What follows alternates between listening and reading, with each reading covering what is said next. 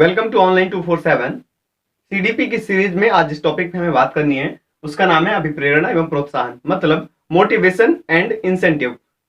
MP TET grade 3 के exam में या उसके सिलेबस में एक बहुत ही महत्वपूर्ण टॉपिक है और यहाँ से वर्ग 2 में भी अच्छे क्वेश्चन बने हुए थे जिनमें अच्छे स्टूडेंट्स को बहुत कठिनाई हुई थी सॉल्व करने में। तो अगर आप इस वीडियो को कंप्लीट देखेंगे तो क्वेश्चंस को डील करने में कोई दिक्कत नहीं होगी और इस वीडियो को देखने के बाद आप प्रीवियस जो क्वेश्चन पेपर है उन्हें अटेम्प्ट कीजिएगा। 100% गारंटी देता हूं कि कोई दिक्कत नहीं जाएगी। ऐसे कंटेंट को यहाँ पे उपलब्ध कराया जा रहा है।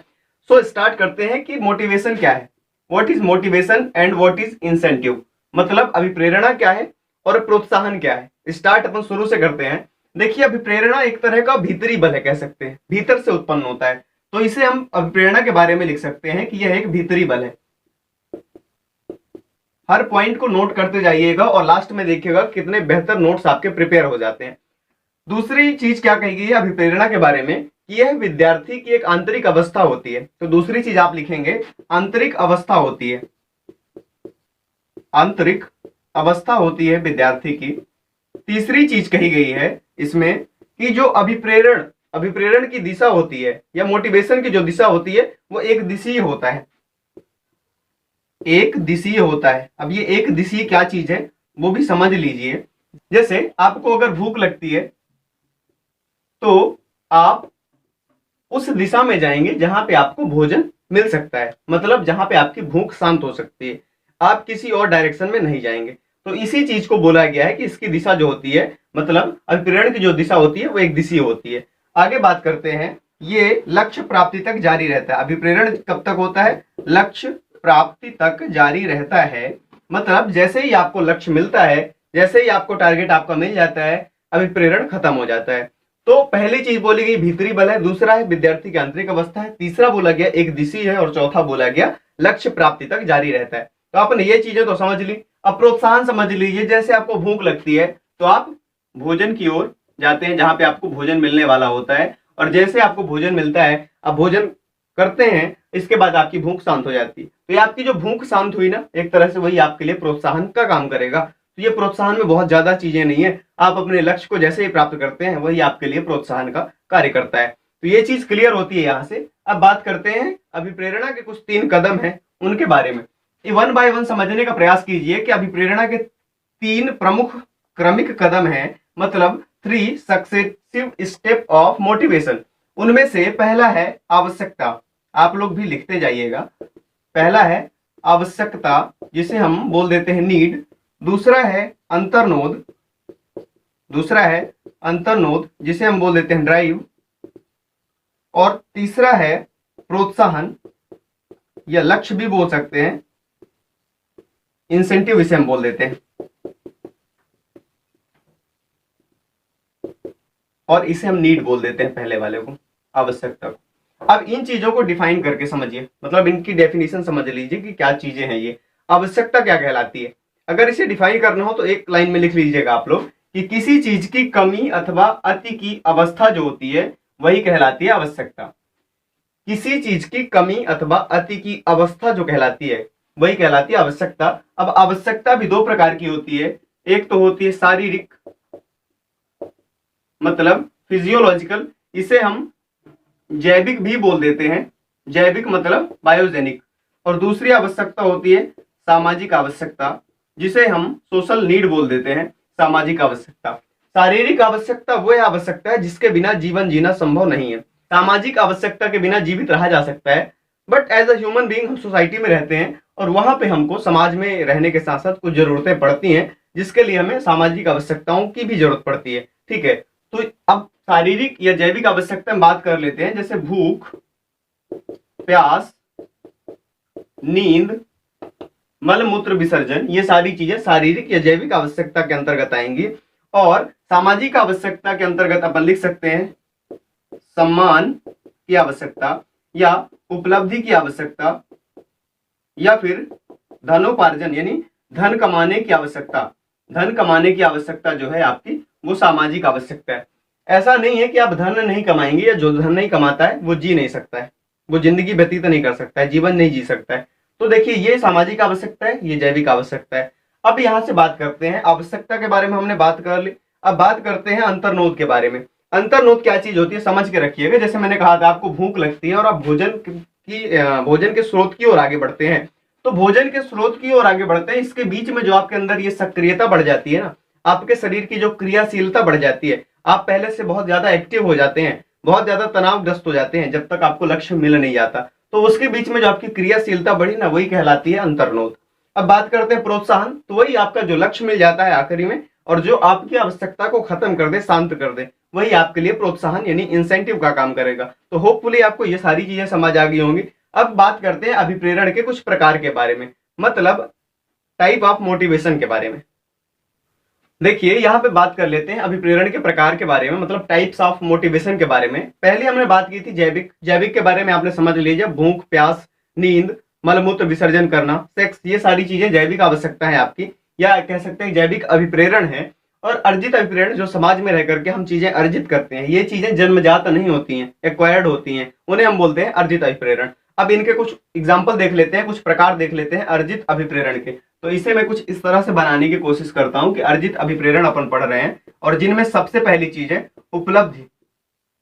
उपलब्धि अभिप्रेरण, मतलब अचीवमेंट मोटिवेशन, उपलब्धि अभिप्रेरण। अब ये क्या चीज होती है, इसे एक चीज और बोला जाता है NACH, मतलब एन अचीवमेंट, इस तरह से बोला जाता है। तो अगर आपसे एग्जाम में पूछा जाता है तो आप ये बता सकते हैं उपलब्धि अभिप्रेरण क्या होता है। समाज में रह करके आप सम्मान प्राप्त करना चाहते हैं, शान, शौकत, शोहरत, जो भी नाम कमाना चाहते हैं, एक बेहतर उपलब्धि प्राप्त करना चाहते हैं, उसे ही बोला जाता है उपलब्धि अभिप्रेरण। इसके बाद दूसरी चीज आती है संबंधन अभिप्रेरण। ये सब अर्जित है, मतलब एफिलिएशन मोटिवेशन, संबंधन अभिप्रेरण। अब ये होता है समाज में रह करके आप मित्रता, भाईचारा, ये सब भाव विकसित करना चाहते हैं, तो यही चीज कहलाती है आपका संबंधन अभिप्रेरण। तीसरा बोला गया है चिंता हास, एंजाइटी रिडक्शन, चिंता हास अभिप्रेरण। अब ये क्या चीज होती है चिंता हास अभिप्रेरण, होता क्या है, देखिए एज अ टीचर हम जो एग्जाम देने जा रहे हैं उसमें ये चीज महत्वपूर्ण हो सकती है। बहुत महत्वपूर्ण इसलिए हो सकती है क्योंकि यहाँ पे ये चीज कही गई है कि जो टीचर होता है ना, विद्यार्थियों के अंदर चिंता को पूरी तरह से खत्म नहीं करेगा, बल्कि चिंता के लेवल को उस पॉइंट पे, मॉडरेट पॉइंट पे रखेगा जहां पे उसका परफॉर्मेंस बेहतर हो सकता है। इसे एक ग्राफ के माध्यम से समझने का प्रयास करते हैं। जैसे यहाँ पे अगर सीखने की मात्रा दी हुई हो और यहाँ पे चिंता की मात्रा दी हुई, तो ये ग्राफ कुछ ऐसे बनता है कि मतलब अगर आपकी चिंता की मात्रा यहाँ पे है, अगर ये मॉडरेट पॉइंट समझ लें कि चिंता की मात्रा यहाँ पे है, तो आपके सीखने का जो स्तर है वो परफॉर्मेंस यहाँ पे अधिक है। लेकिन चिंता की मात्रा जैसे बढ़ती जाती है आपका परफॉर्मेंस लो होता जाता है, मतलब नीचे झुकता जाता है। तो यहाँ से आपका जो परफॉर्मेंस है, जो निष्पादन स्तर है, वो नीचे होता जाता है। चिंता का स्तर जैसे बढ़ेगा, परफॉर्मेंस यानी निष्पादन स्तर आपका घटता चला जाएगा।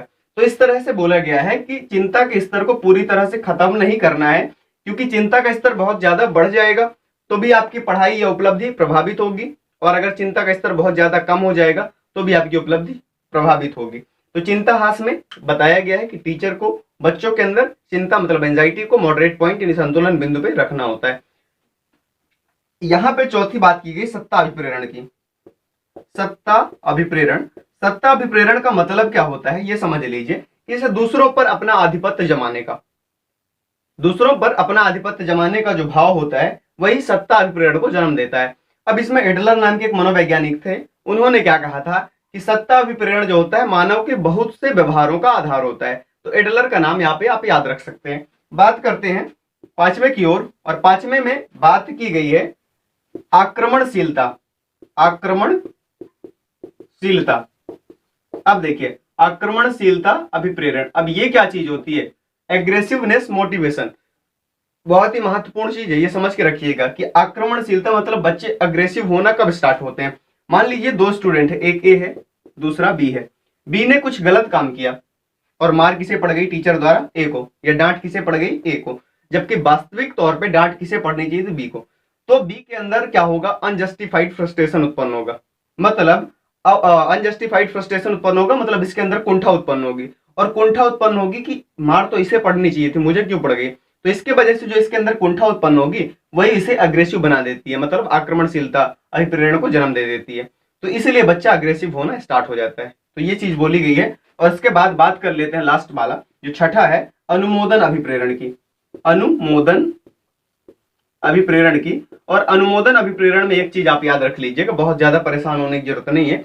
इसमें यह बोला गया है कि बच्चों में जो होता है माता पिता या अपने से बड़ों का अनुमोदन पाने की, मतलब अप्रूवल पाने की इच्छा तीव्रतम होती है, मतलब बहुत ज्यादा होती है। और कौन से बच्चों में? जो 6 साल से कम उम्र के बच्चे होते हैं उनमें अपने माता पिता या अपने से बड़ों का अप्रूवल मतलब अनुमोदन पाने की इच्छा तीव्र होती है। तो आपने ये चीज समझ ली। अब यहां से बढ़ते हैं मोटिवेशनल साइकिल की ओर, और मोटिवेशनल साइकिल के बाद पढ़ेंगे अब्राहम मैस्लो का आवश्यकता पदानुक्रम सिद्धांत।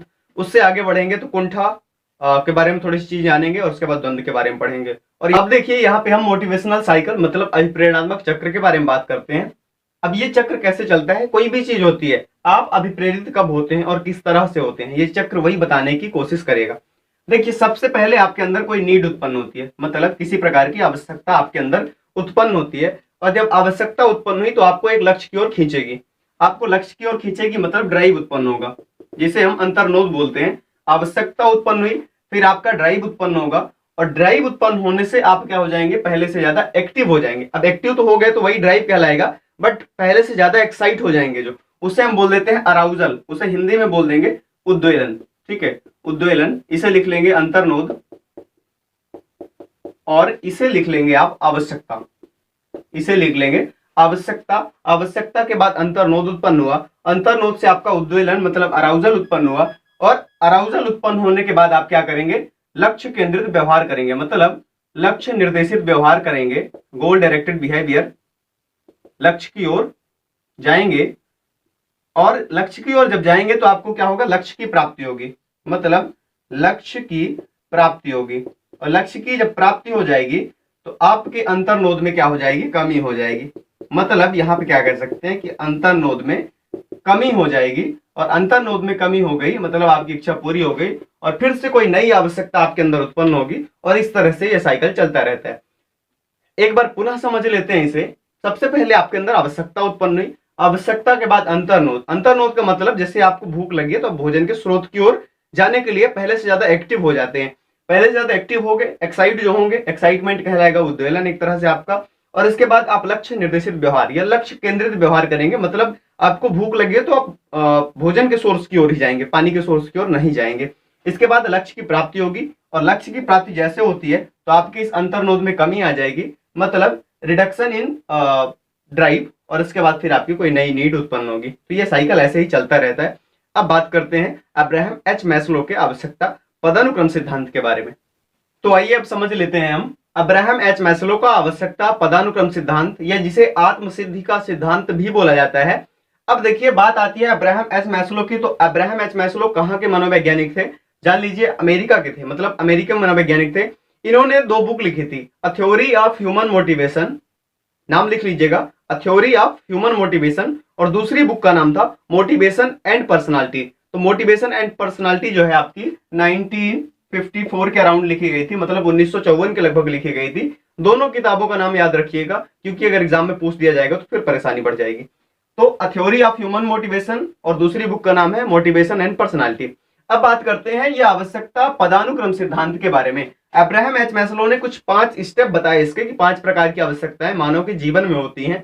अब वो कौन कौन सी होती है? जो सबसे पहले यानी निचले स्तर की है वो है शरीर क्रियात्मक आवश्यकता, जैसे भूख, प्यास, नींद, जो जैविक आवश्यकताओं की बात करते हैं। दूसरा है सुरक्षा की आवश्यकता। अब देखिए, इसमें एक चीज और कही गई थी। क्या कही गई थी? जब तक ये आवश्यकता, आपकी निचले स्तर की आवश्यकता पूरी नहीं होगी तो आपके दिमाग में इसकी बात आएगी ही नहीं। जब तक आपकी शरीर क्रियात्मक आवश्यकता पूरी नहीं होती तो सुरक्षा की आवश्यकता, आत्मीयता की आवश्यकता, और बाकी की 2 आवश्यकताएं आपके चेतना में केंद्रित नहीं होंगी। जब निचले स्तर की आप में ये आवश्यकता पूरी हो जाएगी तो फिर ये आपके चेतना में केंद्रित होगी।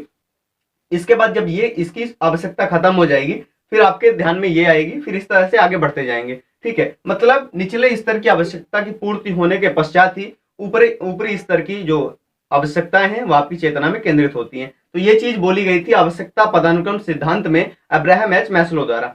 अब देखिए, सुरक्षा की आवश्यकता, जैसे रहने के लिए आपको मकान चाहिए, पहनने के लिए कपड़े चाहिए। ठीक है, तो ये सारी चीजें किस में आएंगी? सुरक्षा की आवश्यकता में। फिर आत्मीयता की आवश्यकता में बोला गया है कि जैसे समाज में रहते हैं तो लोगों से क्या एक प्रेम का सहसंबंध बनाना, मतलब भाईचारे की भावना विकसित करना। ठीक है, as a human being society में रहते हैं, जैसा कि मैं पहले भी बता चुका हूं, तो वहां पे आत्मीयता की मतलब लव, बिलोंगिंग, ये सारी चीजें आपकी आत्मीयता की आवश्यकता में आएंगी।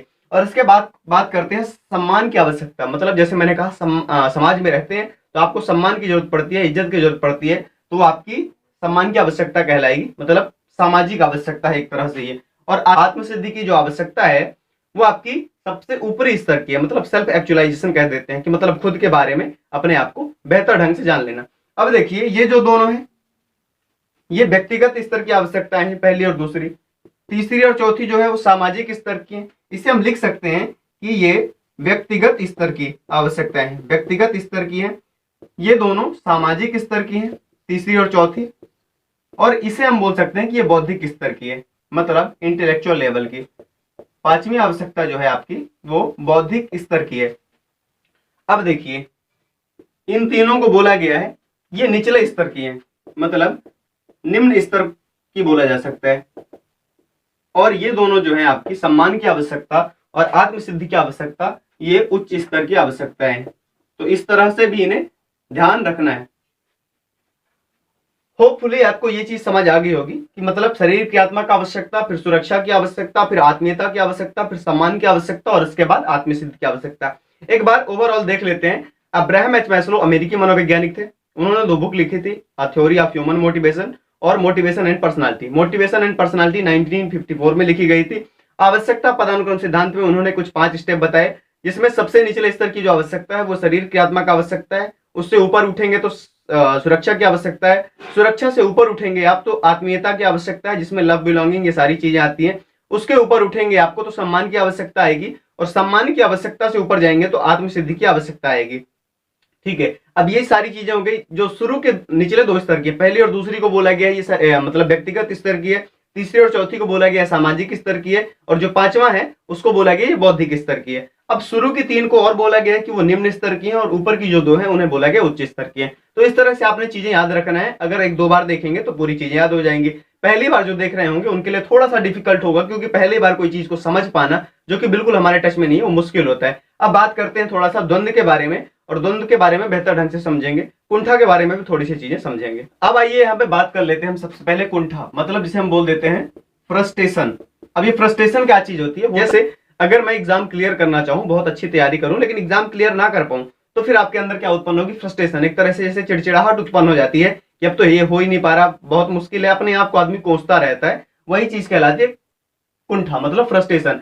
अब डोलार्ड और मिलर की एक परिकल्पना है, डोलार्ड और मिलर, ये नाम याद रखिएगा, डोलार्ड मिलर की कुंठा आक्रामकता परिकल्पना, मतलब कुंठा आक्रामकता परिकल्पना। ये जो डोलार्ड मिलर की कुंठा आक्रामकता परिकल्पना है, ये क्या कहती है कि जो आक्रामकता उत्पन्न होती है, मतलब एग्रेसिवनेस जो उत्पन्न होता है, उसका मेन रीजन क्या होता है? फ्रस्ट्रेशन होता है। तो ये याद रखिएगा कि कुंठा आक्रामकता परिकल्पना किसने दिया था? डोलार्ड मिलर ने। और कुंठा आक्रामकता परिकल्पना के अनुसार आप देखिए क्वेश्चन ऐसे भी बन सकते हैं कि कुंठा आक्रामकता परिकल्पना क्या कहती है कि फ्रस्ट्रेशन यानी कुंठा से आक्रामकता उत्पन्न होती है, आक्रामकता से कुंठा उत्पन्न होती है, दोनों एक साथ उत्पन्न होते हैं या दोनों अलग अलग उत्पन्न होते हैं। तो देखिए ये चीजें हैं कि इस तरह से क्वेश्चन बनाए जा सकते हैं, और आपको सारी चीजें समझ के रखनी है। ये चीज याद रखिएगा कि जो फ्रस्ट्रेशन है उससे आपकी आक्रामकता उत्पन्न होगी, मतलब कुंठा से आक्रामकता उत्पन्न होगी। तो ये चीजें ध्यान रखिएगा इस तरह से। अब बात करते हैं कॉन्फ्लिक्ट के बारे में, मतलब द्वंद्व क्या होता है? होता क्या है जब आपके मन में कई तरह के विचार चल रहे हों, कई तरह की इच्छाएं हों, कई तरह की आकांक्षाएं हों, तो होता क्या है? देखिए द्वंद्व, जिसे हम कॉन्फ्लिक्ट बोल देते हैं, ये इंग्लिश टर्म भी याद रखा करिए। ये कॉन्फ्लिक्ट क्या चीज होती है? होता क्या है जब परस्पर विरोधी विचार हमारे दिमाग में चल रहे हो, कई तरह के विचार, उनमें से जब किसी एक का चयन करना पड़े तो हमारे अंदर क्या उत्पन्न होता है? द्वंद्व। जैसे हमारे मन में 2 तरह के विचार चल रहे हैं और उनमें से किसी एक को सेलेक्ट करना पड़े तो हमारे अंदर कॉन्फ्लिक्ट उत्पन्न होगा कि हम किसे चुने, किसे चयन करें। अब ये द्वंद्व जो होता है वो 3 प्रकार का होता है। तीनों को एक एक एग्जाम्पल के थ्रू समझने का प्रयास करेंगे और आज का हमारा टॉपिक खत्म होगा। वर्ग 2 में यहां से बढ़िया क्वेश्चन बने हुए हैं और सबके दिमाग की कसरत हो गई थी कि आखिर ये पूछा कहां से गया। एक्चुअल में है ये 11th की साइकोलॉजी जो है वहां पे ये सारी चीजें दी हुई है एनसीईआरटी में। तो देखिए सबसे पहला होता है उपागम द्वंद्व। उपागम द्वंद्व मतलब अप्रोच कॉन्फ्लिक्ट बोल सकते हैं इसे। अब इसमें होता क्या है, जब दो पॉजिटिव विचार, मतलब जब दो धनात्मक विचार आपके दिमाग में चल रहे हो और उनमें से किसी एक का चयन करना पड़े, तो आपके अंदर क्या उत्पन्न होगा, उपागम उपागम द्वंद। जैसे आपने बहुत अच्छी तैयारी की और आप आईएएस का एग्जाम देने जा रहे हैं, किसी मतलब कोई एग्जाम देने जा रहे हैं जो बहुत अच्छे लेवल का, बहुत बड़े लेवल का है, और जिसे आप 100% मतलब अचीव कर सकते हैं, और वहीं पे आपको एक ऐसा अवार्ड दिया जाना है जिसके लिए आपने बहुत मेहनत करी थी पहले, और वो अवार्ड आज के ही दिन दिया जाना है और आज के ही दिन एग्जाम है। तो उन दोनों में से किसी एक को आपको सेलेक्ट करना पड़ेगा। हो सकता है कि आप एग्जाम देने चले जाएं, या हो सकता है कि आप अवार्ड लेने चले जाएं।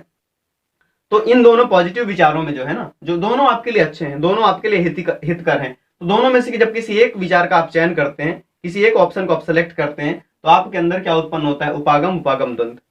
ठीक है, अब बात करते हैं परिहार परिहार मतलब अवॉइडेंस अवॉइडेंस कॉन्फ्लिक्ट की। ये परिहार परिहार द्वंद क्या होता है।